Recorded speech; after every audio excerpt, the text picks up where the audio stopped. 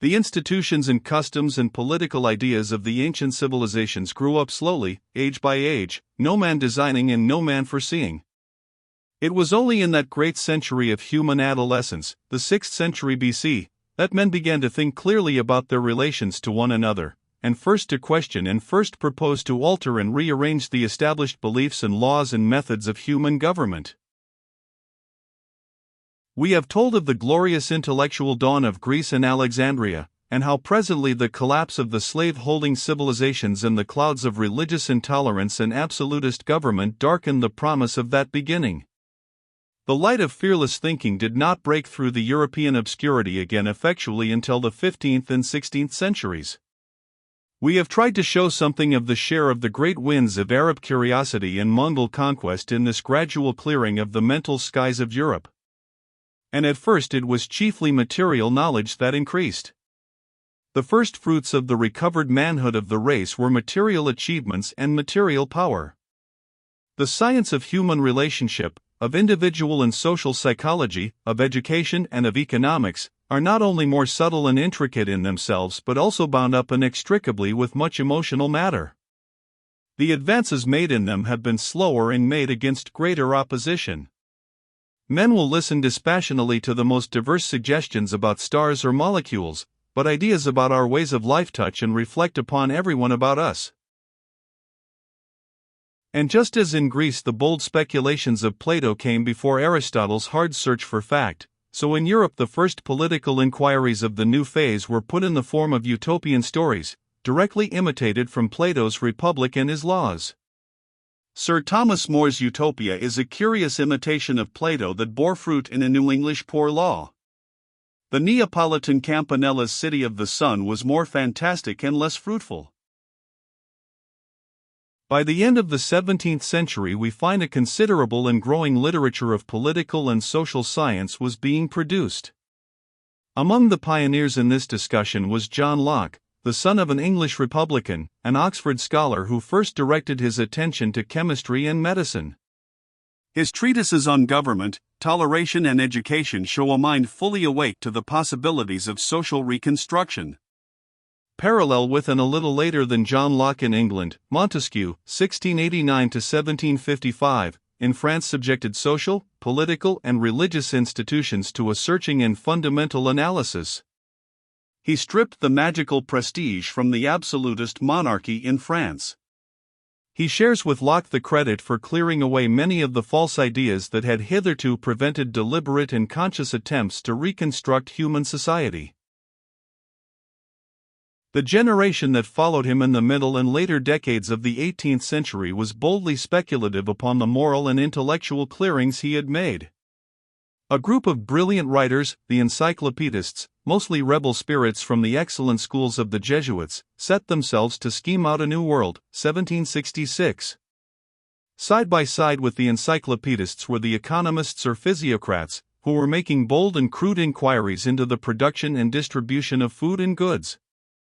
Morelli, the author of the Code de la Nature, denounced the institution of private property and proposed a communistic organization of society. He was the precursor of that large and various school of collectivist thinkers in the 19th century who are lumped together as socialists. What is socialism? There are 100 definitions of socialism and 1,000 sects of socialists. Essentially, socialism is no more and no less than a criticism of the idea of property in the light of the public good. We may review the history of that idea through the ages very briefly. That and the idea of internationalism are the two cardinal ideas upon which most of our political life is turning. Karl Marx. Karl Marx. Photo, Lindet and Company. The idea of property arises out of the combative instincts of the species. Long before men were men, the ancestral ape was a proprietor. Primitive property is what a beast will fight for. The dog and his bone, the tigress and her lair, the roaring stag and his herd, these are proprietorship blazing. No more nonsensical expression is conceivable in sociology than the term primitive communism. The old man of the family tribe of early Paleolithic times insisted upon his proprietorship in his wives and daughters, in his tools, in his visible universe. If any other man wandered into his visible universe, he fought him, and if he could, he slew him. The tribe grew in the course of ages, as Atkinson showed convincingly in his Primal Law, by the gradual toleration by the old man of the existence of the younger men, and of their proprietorship in the wives they captured from outside the tribe, and in the tools and ornaments they made and the game they slew. Human society grew by a compromise between this one's property and that.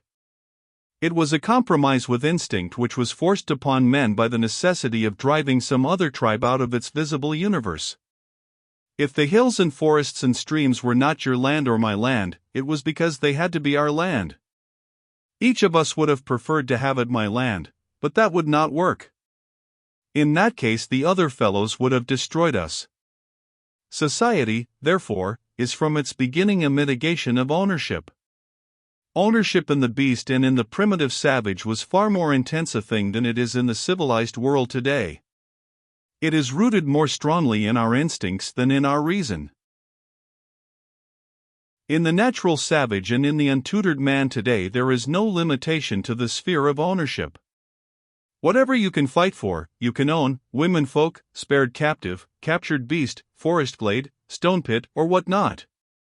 As the community grew, a sort of law came to restrain internecine fighting. Men developed rough and ready methods of settling proprietorship. Men could own what they were the first to make or capture or claim. It seemed natural that a debtor who could not pay should become the property of his creditor. Equally natural was it that after claiming a patch of land a man should exact payments from anyone who wanted to use it. It was only slowly, as the possibilities of organized life dawned on men, that this unlimited property in anything whatever began to be recognized as a nuisance. Men found themselves born into a universe all owned and claimed, nay, they found themselves born owned and claimed.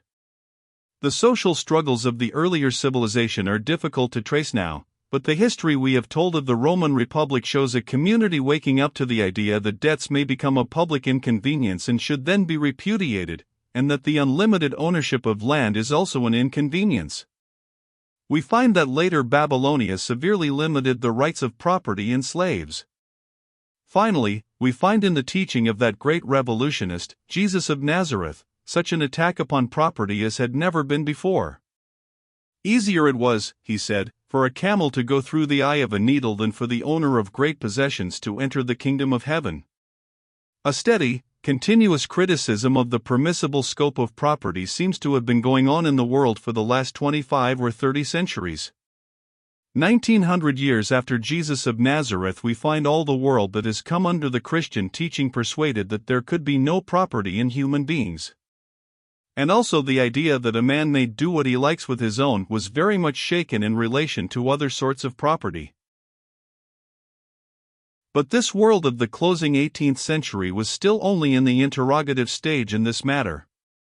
It had got nothing clear enough, much less settled enough, to act upon.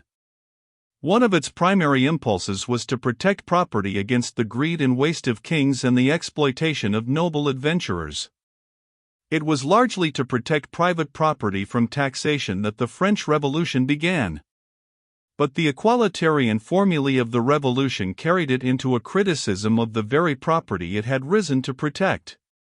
How can men be free and equal when numbers of them have no ground to stand upon and nothing to eat, and the owners will neither feed nor lodge them unless they toil? Excessively, the poor complained. To which riddle the reply of one important political group was to set about dividing up. They wanted to intensify and universalize property. Aiming at the same end by another route, there were the primitive socialists, or, to be more exact, communists, who wanted to abolish private property altogether. The state, a democratic state was of course understood, was to own all property. It is paradoxical that different men seeking the same ends of liberty and happiness should propose on the one hand to make property as absolute as possible, and on the other to put an end to it altogether. But so it was. And the clue to this paradox is to be found in the fact that ownership is not one thing but a multitude of different things. It was only as the 19th century developed that men began to realize that property was not one simple thing, but a great complex of ownerships of different values and consequences, that many things, such as one's body, the implements of an artist, clothing, toothbrushes, are very profoundly and incurably one's personal property, and that there is a very great range of things, railways, machinery of various sorts, homes, cultivated gardens, pleasure boats, for example, which need each to be considered very particularly to determine how far and under what limitations it may come under private ownership, and how far it falls into the public domain and may be administered and let out by the state in the collective interest. On the practical side, these questions pass into politics, and the problem of making and sustaining efficient state administration. They open up issues in social psychology, and interact with the inquiries of educational science. The criticism of property is still a vast and passionate ferment rather than a science. On the one hand are the individualists, who would protect and enlarge our present freedoms with what we possess, and on the other the socialists who would in many directions pool our ownerships and restrain our proprietary acts. In practice one will find every gradation between the extreme individualist, who will scarcely tolerate a tax of any sort to support a government, and the communist who would deny any possessions at all. The ordinary socialist of today is what is called a collectivist. He would allow a considerable amount of private property but put such affairs as education, transport, mines, landowning, most mass productions of staple articles, and the like, into the hands of a highly organized state. Nowadays there does seem to be a gradual convergence of reasonable men towards a moderate socialism scientifically studied and planned. It is realized more and more clearly that the untutored man does not cooperate easily and successfully in large undertakings, and that every step towards a more complex state and every function that the state takes over from private enterprise necessitates a corresponding educational advance and the organization of a proper criticism and control. Both the press and the political methods of the contemporary state are far too crude for any large extension of collective activities. But for a time the stresses between employer and employed, and particularly between selfish employers and reluctant workers, led to a worldwide dissemination of the very harsh and elementary form of communism which is associated with the name of Marx. Marx based his theories on a belief that men's minds are limited by their economic necessities, and that there is a necessary conflict of interests in our present civilization between the prosperous and employing classes of people and the employed mass. With the advance in education necessitated by the mechanical revolution, this great employed majority will become more and more class-conscious and more solid in antagonism to the class-conscious ruling minority. In some way the class-conscious workers would seize power, he prophesied, and inaugurate a new social state. The antagonism, the insurrection, the possible revolution are understandable enough, but it does not follow that a new social state or anything but a socially destructive process will ensue. Put to the test in Russia, Marxism, as we shall note later, has proved singularly uncreative. Science in the coal mine. Science in the coal mine.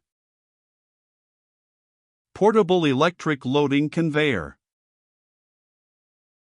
Photo, Jeffrey Manufacturing Company, Columbus, Ohio. Marx sought to replace national antagonism by class antagonisms. Marxism has produced in succession a first, a second, and a third workers' international. But from the starting point of modern individualistic thought it is also possible to reach international ideas. From the days of that great English economist, Adam Smith, onward there has been an increasing realization that for worldwide prosperity free and unencumbered trade about the earth is needed.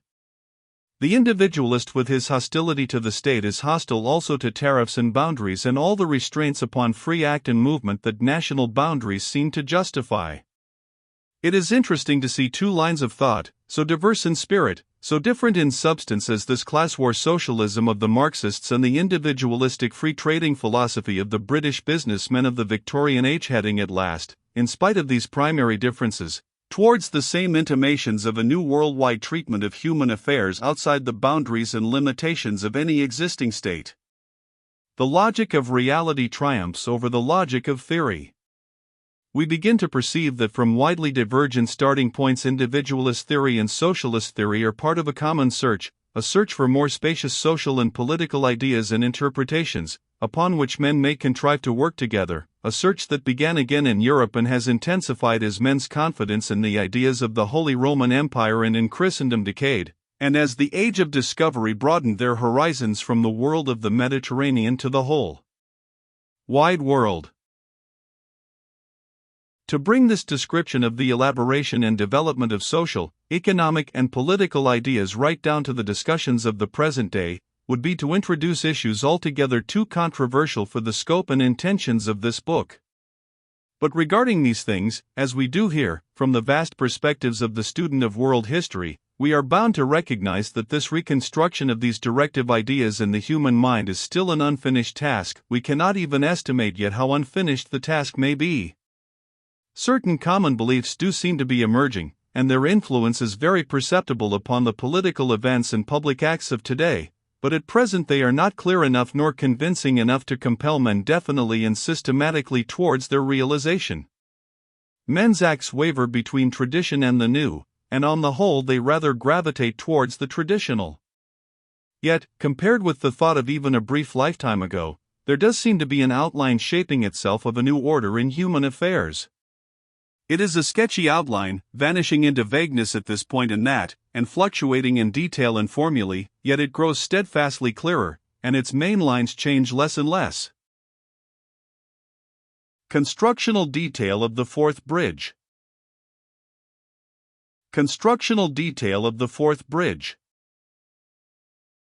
Photo, Baker and Herzig. It is becoming plainer and plainer each year that in many respects and in an increasing range of affairs, mankind is becoming one community, and that it is more and more necessary that in such matters there should be a common worldwide control.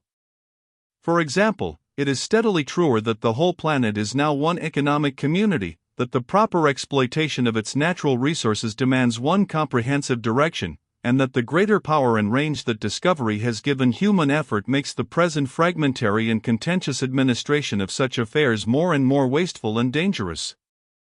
Financial and monetary expedients also become worldwide interests to be dealt with successfully only on worldwide lines.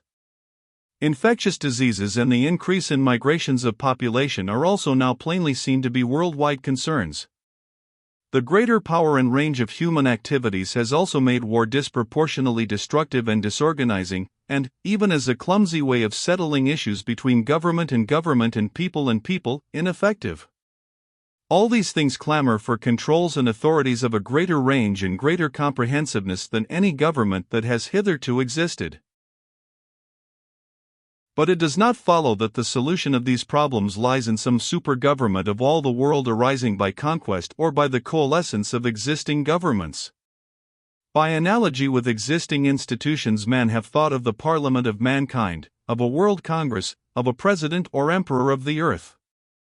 Our first natural reaction is towards some such conclusion, but the discussion and experiences of half a century of suggestions and attempts has on the whole discouraged belief in that first obvious idea. Along that line to world unity the resistances are too great. The drift of thought seems now to be in the direction of a number of special committees or organizations, with worldwide power delegated to them by existing governments in this group of matters or that, bodies concerned with the waste or development of natural wealth, with the equalization of labor conditions, with world peace, with currency, population, and health, and so forth. The world may discover that all its common interests are being managed as one concern, while it still fails to realize that a world government exists.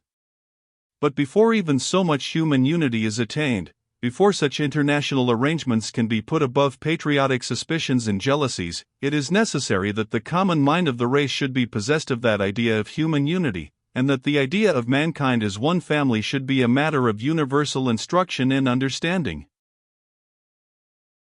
For a score of centuries or more, the spirit of the great universal religions has been struggling to maintain and extend that idea of a universal human brotherhood, but to this day the spites, angers and distrusts of tribal, national and racial friction obstruct, and successfully obstruct, the broader views and more generous impulses which would make every man the servant of all mankind. The idea of human brotherhood struggles now to possess the human soul, just as the idea of Christendom struggled to possess the soul of Europe in the confusion and disorder of the 6th and 7th centuries of the Christian era. The dissemination and triumph of such ideas must be the work of a multitude of devoted and undistinguished missionaries, and no contemporary writer can presume to guess how far such work has gone or what harvest it may be preparing. Social and economic questions seem to be inseparably mingled with international ones. The solution in each case lies in an appeal to that same spirit of service which can enter and inspire the human heart. The distrust, intractability, and egotism of nations reflects and is reflected by the distrust, intractability, and egotism of the individual owner and worker in the face of the common good. Exaggerations of possessiveness in the individual are parallel and of a piece with the clutching greed of nations and emperors. They are products of the same instinctive tendencies, and the same ignorances and traditions.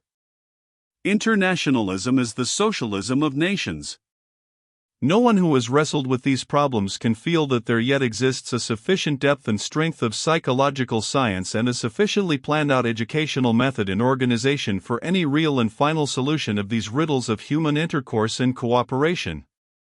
We are as incapable of planning a really effective peace organization of the world today as were men in 1820 to plan an electric railway system, but for all we know the thing is equally practicable and maybe is nearly at hand.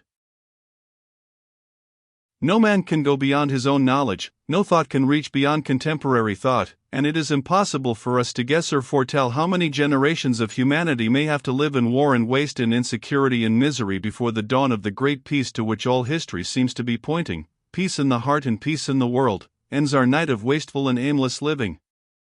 Our proposed solutions are still vague and crude. Passion and suspicion surround them.